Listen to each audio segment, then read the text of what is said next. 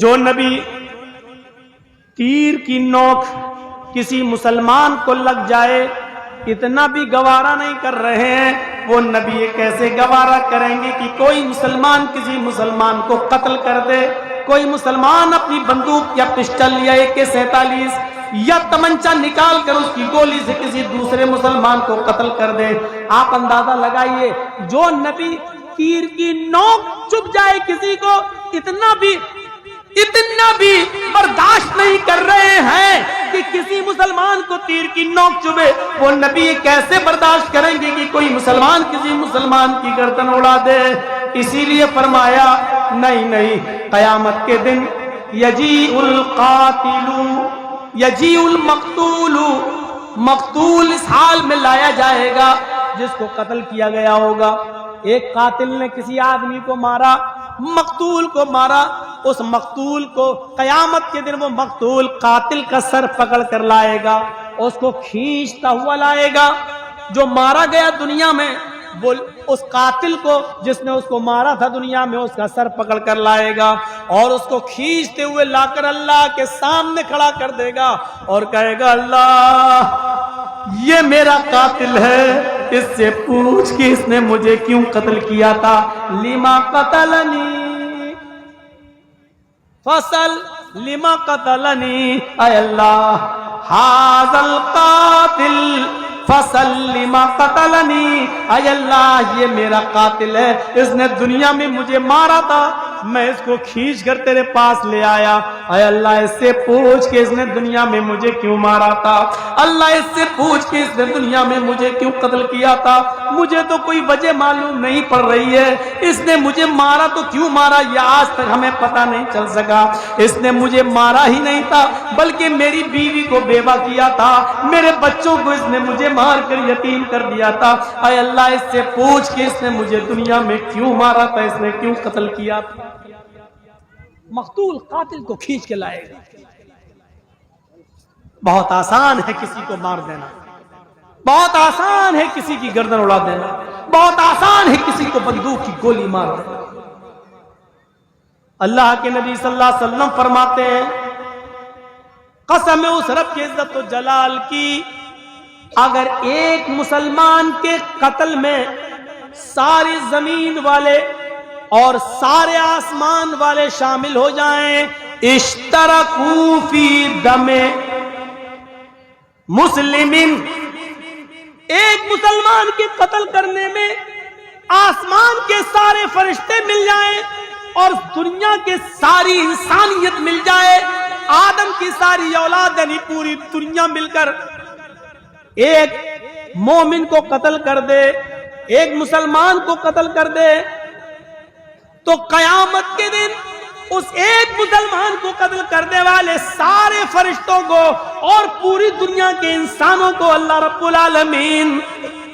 لاکب اللہ النار، اللہ رب العالمین اوندے منہ جہنم کے اندر ڈال دے گا۔ اللہ رب العالمین یہ نہیں دیکھے گا کہ اس کو قتل کرنے والے فرشتے ہیں اور دنیا میں ساری دنیا کے لوگ ہیں، اللہ پوری دنیا انسانیت کو اور آسمان کے سارے فرشتوں کو بھی جہنم کے اندر ڈال دے گا اگر وہ ایک مسلمان کے قتل میں شریک ہے تو۔ ایک مسلمان کی عزت و احترام یہ ہے اللہ کی نظر میں کہ اگر ایک مسلمان کو قتل کرنے کے لیے آسمان کے سارے فرشتے بھی مل جائیں اور پوری دنیا کے انسان مل جائیں اور سب نے مل کر ایک مسلمان کو مارا تو اللہ کہہ رہا ہے کہ میں سارے فرشتوں کو بھی جہنم میں ڈال دوں گا اور ساری انسانیت کو بھی جہنم میں پھینک دوں گا، ڈھکیل دوں گا، یہ نہیں دیکھوں گا ایک مسلمان ہی تو مرا ہے۔ ایک مسلمان کا احترام اللہ کی نظر میں یہ ہے، ایک مسلمان کی قدر اور اس کی منزل اللہ کی نظر میں یہ ہے۔ ہم ابھی ہیں کہاں؟ کتنا آسان ہے ماں کی گالی دے دینا، کتنا آسان ہے کسی مسلمان کو بہن کی گالی دے دینا، کتنا آسان ہے کسی مسلمان کو اس کی بیٹی کی گالی دے دینا، کتنا آسان ہے اس کے اوپر جھوٹ اور تہمت لگانا اور الزامات کے کیا انبار لگا دینا، بہت آسان ہے، لیکن ایک مسلمان کی عزت و آبرو کتنی ہے اس کا احساس ہمیں نہیں ہوتا ہے۔ اللہ کے رسول نے رحمت سے رحمت فرمایا جب تم بستر پر سونے کے لیے جاؤ،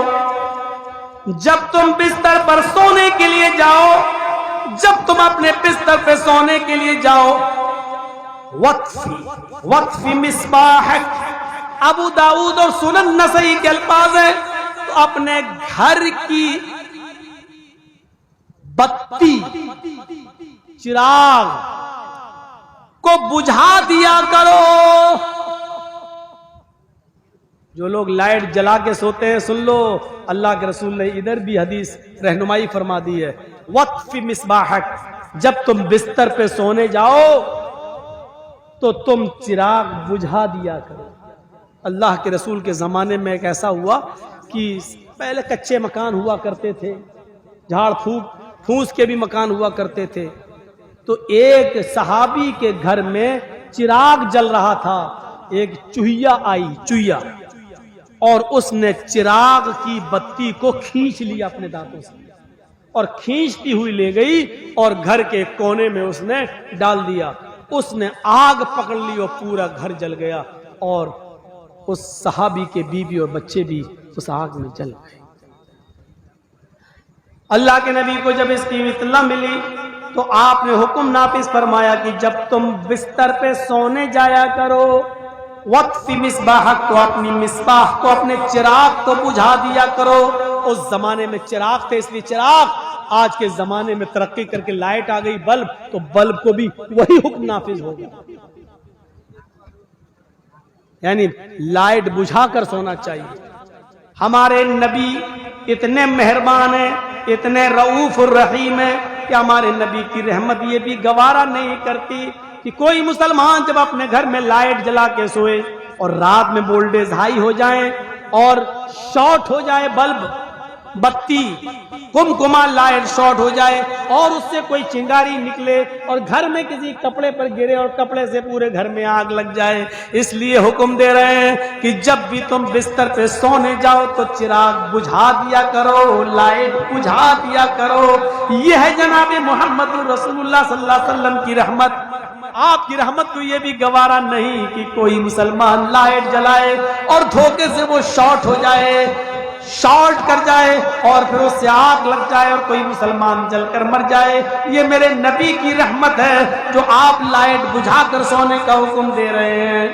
پھر فرمایا کہ جب تم عشاء کی نماز پڑھ کر بستر پہ آؤ اور سونے کے لیے جاؤ تو تم اپنے گھر کے کسی کپڑے سے اپنے بستر کو 3 بار جھاڑ لیا کرو،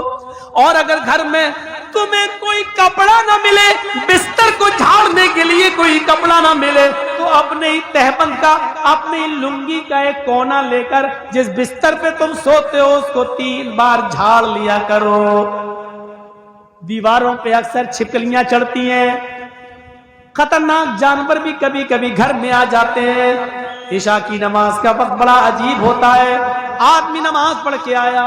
لائٹ بجھایا، سو گیا، بستر پہ پڑ گیا، چلا گیا، اس نے اندھیرے میں دیکھا نہیں کہ اس پہ چھپکلی پڑی ہے یا کوئی بچھو پڑا ہے یا کوئی خطرناک جانور ہے، اور وہ اندھیرا کر کے بستر پر لیٹ گیا اور اس زہریلے جانور نے اس کو ڈنک مار دیا اور اس کے زہر سے وہ مر گیا۔ اس لیے فرمایا کہ جب بستر پہ سونے جاؤ تو لائٹ بجھانے سے پہلے اس بستر کو 3 بار جھاڑ لیا کرو، 3 بار جھاڑ لو، اس کے بعد لائٹ بجھاؤ اور اس کے بعد سویا کرو۔ اس لیے ہمارے نبی کی رحمت یہ بھی گوارا نہیں کر رہی کہ کوئی مسلمان بستر پہ سونے جائے اور بغیر جھاڑے ہوئے بستر پر لیٹ جائے اور کوئی خطرناک جانور اس کو ڈس لے، ڈنک مار دے اور اس کو کاٹ لے اور وہ مر جائے۔ میرے نبی کی رحمت اس بات کو گوارا نہیں کر رہی ہے، اس لیے حکم دیا کہ بستر کو جھاڑ لیا کرو۔ پھر فرمایا کھلی ہوئی چھت کے اوپر مت سویا کرو۔ ابن ماجہ کے صفحات پر یہ حدیث دیکھو، گرمی ہے، کھلی ہوئی چھت کے اوپر آپ چلے گئے، کھلی ہوئی چھت پر جب تک اس کی منڈیر نہ باندھی جائے، منڈیر کا مطلب کوئی دیوار کھڑی کر دو، کیونکہ بہت سے لوگوں کو نیند میں چلنے کی عادت ہوتی ہے، رات میں آپ سو رہے ہیں، کھلی چھت میں کوئی خواب دیکھ لیا اندھیرے میں، رات میں اٹھ کے بھاگے اور وہاں منڈیر ہی نہیں ہے، چھت سے گرے نیچے، 3ری منزل کے نیچے آئے اور سر پھٹ گیا اور مر گئے۔ اس لیے فرمایا کہ سنو، جو آدمی کھلی ہوئی چھت پہ سوتا ہے